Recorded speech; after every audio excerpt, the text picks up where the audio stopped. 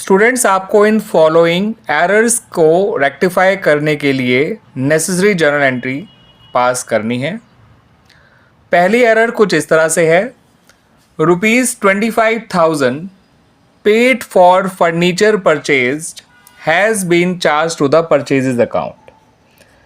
तो बच्चों, फर्नीचर की परचेज एक एसेट की परचेज होती है, जबकि परचेजेज अकाउंट में हम गुड्स की परचेज को रिकॉर्ड करा करते हैं। तो ये एक एरर ऑफ प्रिंसिपल है, क्योंकि यहाँ पर जो अकाउंटेंट है वो ये नहीं समझ पाया कि गुड्स की परचेज और एसेट की परचेज में फ़र्क होता है।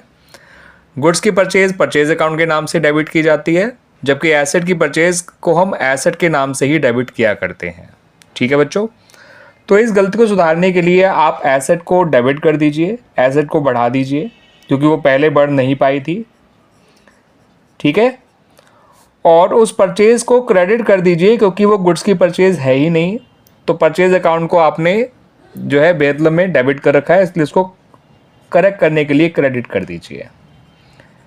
ऐसा करके ये एरर रेक्टिफाई हो जाएगी और अमाउंट आएगा ₹25,000।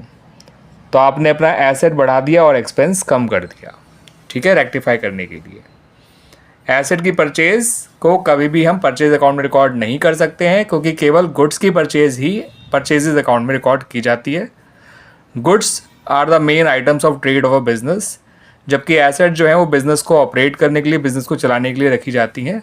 दे are not meant for resale. अब इस एरर को देखिए बच्चों, repairs made were debited to the building account for ₹500। तो बच्चों, आमतौर पे हम अपनी बिल्डिंग की रिपेयर कराते रहते हैं, छोटी मोटी रिपेयर्स कराई जाती हैं। ठीक है बच्चों, तो उसको हम एसेट में डेबिट नहीं कर सकते हैं, उसे हम एक्सपेंस के नाम से ही डेबिट करते हैं। हाँ, अगर हमने कोई बिल्डिंग खरीदी होती है और ख़रीदते वक्त हमने कोई रिपेयर कराया होता उस पर, तब वो हम बिल्डिंग की कॉस्ट में ही काउंट करते, तब उसे हम एसेट अकाउंट में ही डेबिट करते।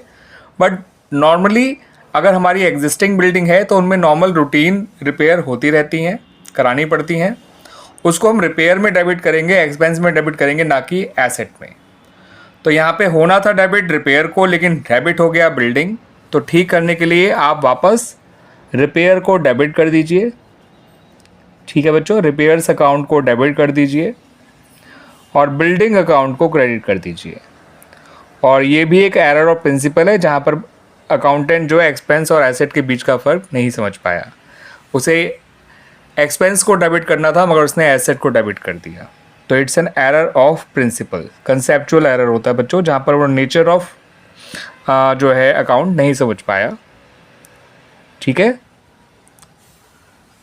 और टू साइडेड एरर सुधारने के लिए आपको किसी सस्पेंस अकाउंट की ज़रूरत नहीं होती है। और टू साइडेड एरर्स वो एरर्स होते हैं जिनकी वजह से ट्रायल बैलेंस की मैचिंग पे भी कोई फ़र्क नहीं पड़ता, ट्रायल बैलेंस स्टिल मैच करेगा इनके होने के बावजूद भी।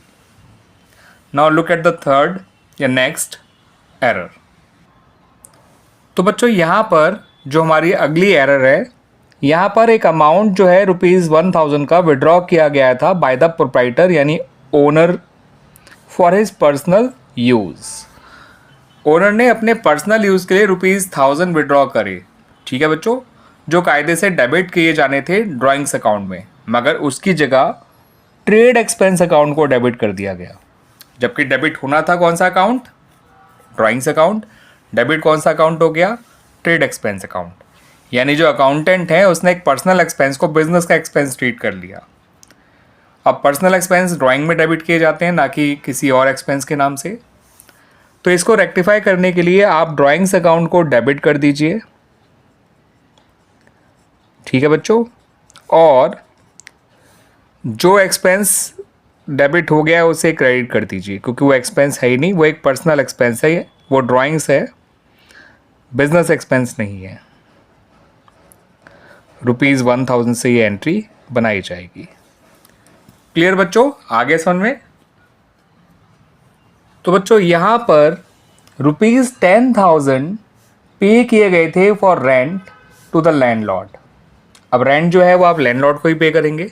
ठीक है, अगर आपने कोई बिल्डिंग या प्रॉपर्टी रेंट पे ले रखी है तो उसका रेंट लैंडलॉर्ड को ही पे किया जाता है, मगर हम डेबिट जो है उस एक्सपेंस को करते हैं, ना कि लैंडलॉर्ड को। मगर यहाँ पर हुआ क्या कि यहाँ पर लैंडलॉर्ड के अकाउंट को डेबिट कर दिया गया।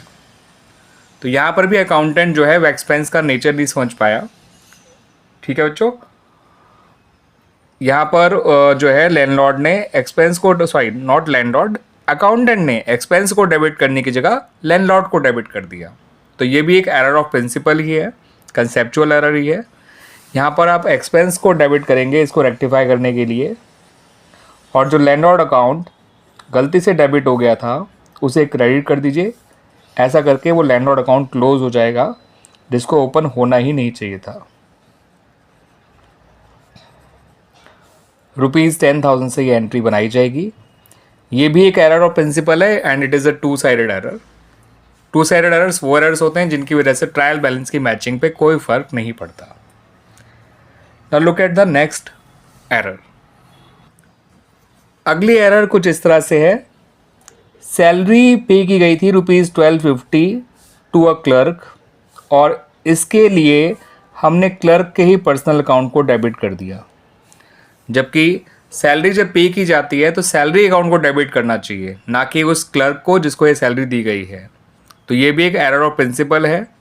इसको सुधारने के लिए आप सैलरी अकाउंट को डेबिट कर दीजिए, ठीक है, क्योंकि ये एक्सपेंस है और सैलरी एक्सपेंस जो है वो बढ़ेगा तो उसे डेबिट कर दिया जाएगा। और जो क्लर्क का अकाउंट पहले डेबिट हो गया था उसे आप क्रेडिट करके क्लोज कर दीजिए, क्योंकि क्लर्क का अकाउंट डेबिट होना ही नहीं चाहिए था। ₹1250 से ये एंट्री बनेगी। तो ये भी एक एरर ऑफ प्रिंसिपल है, ठीक है बच्चों, यानी एक टू साइडेड एरर है।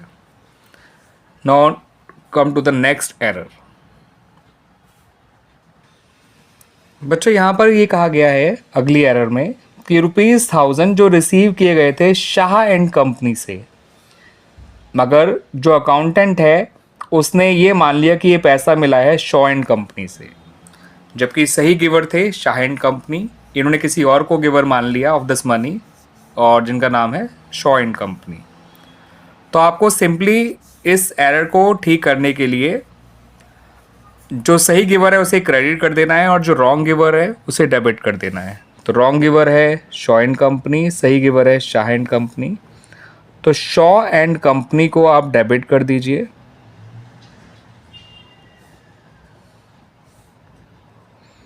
और शाह एंड कंपनी को आप क्रेडिट कर दीजिए विद ₹1000। क्लियर बच्चों, आ गया समझ में? Now look at the next error.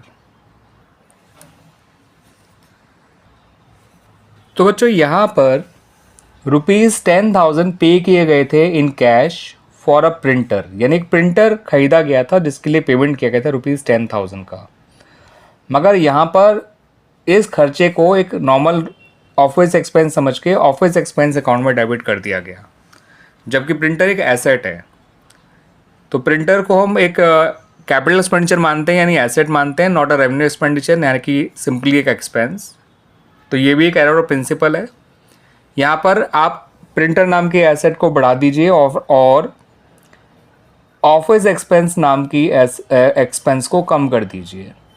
तो ये भी एक एरर ऑफ प्रिंसिपल है। इसको रेक्टिफाई करने के लिए आपको एसेट अकाउंट को डेबिट कर देना है और उस एक्सपेंस को जो गलती से डेबिट हो गया है उसे क्रेडिट कर देना है, क्योंकि ये एक्सपेंस नहीं है, एक एसेट है। ठीक है, ये भी एरर ऑफ प्रिंसिपल है, यह भी एक टू साइडेड एरर है। ठीक है बच्चों, क्लियर हो गया? आगे सुन में। तो इस तरह से बच्चों ये मैंने आपको एरर्स रेक्टिफाई करके दिखाई हैं। इनमें मेजॉरिटी ऑफ एरर्स जो हैं वो सारी की सारी ही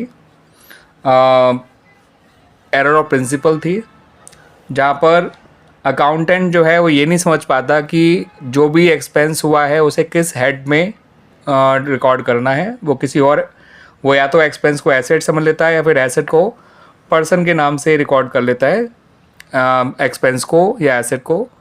ठीक है,